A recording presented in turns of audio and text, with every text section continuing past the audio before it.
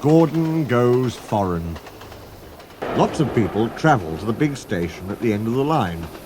Engines from the other railway sometimes pull their trains.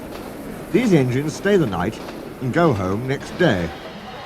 Gordon was talking one day to one of these. "When I was young and green," he said, "I remember going to London. Do you know the place? The station's called King's Cross."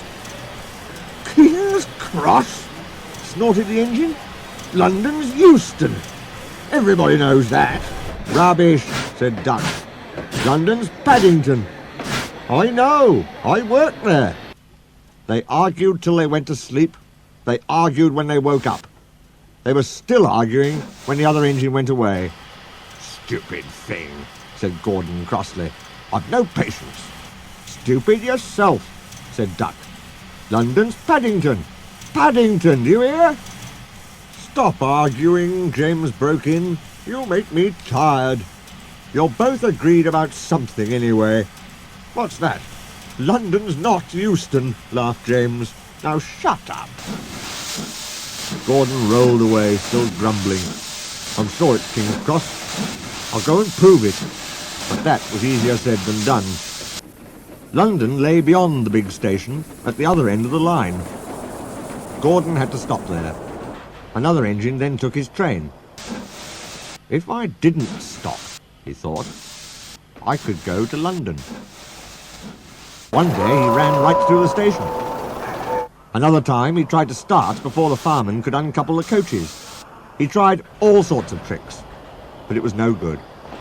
His driver tricked him every time. "Oh dear," he thought sadly, "I'll never get there." One day he pulled the express to the station as usual.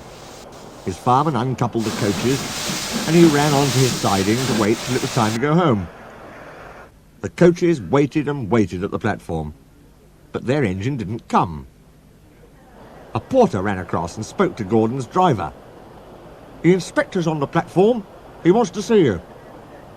The driver climbed down from the cab and walked over to the station. He came back in a few minutes looking excited. "Hello," said the fireman. "What's happened?" "The engine for the express turned over when it was coming out the yard. Nothing else can come in or out. They want us to take the train to London.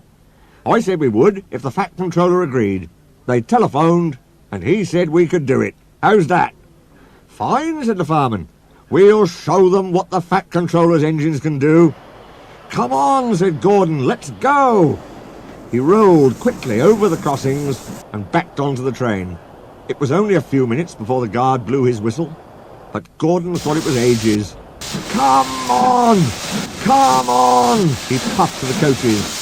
"Come on, come on, come on, come on, come on, come on, come on! We're going to town, we're going to town," sang the coaches. Slowly at first, then faster and faster. "We're going to town, we're going to town, we're going to town, we're going to town."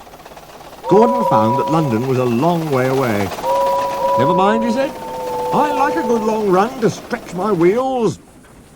But all the same, he was glad when London came in sight. The Fat Controller came into his office next morning. He looked at the letters on his desk. One had a London postmark. "I wonder how Gordon's getting on," he said. The station master knocked and came in. He looked excited. "Excuse me, sir, have you seen the news?" "Not yet, why?" "Oh, just look at this, sir." The Fat Controller took the newspaper. "Good gracious me," he said. "There's Gordon. Headlines, too. Famous engine at London station. Police called to control crowds." The Fat Controller read on, absorbed. Gordon returned next day. The Fat Controller spoke to his driver and fireman. "I see you had a good welcome in London." "We certainly did, sir. We signed autographs till our arms ached. And Gordon had his photograph taken from so many directions at once that he didn't know which way to look." "Good," smiled the Fat Controller. "I expect he enjoyed himself. Didn't you, Gordon?" "No, sir, I didn't." "Why ever not?" "London's all wrong," answered Gordon sadly. "They've changed it. It isn't King's Cross any more. It's St. Pancras."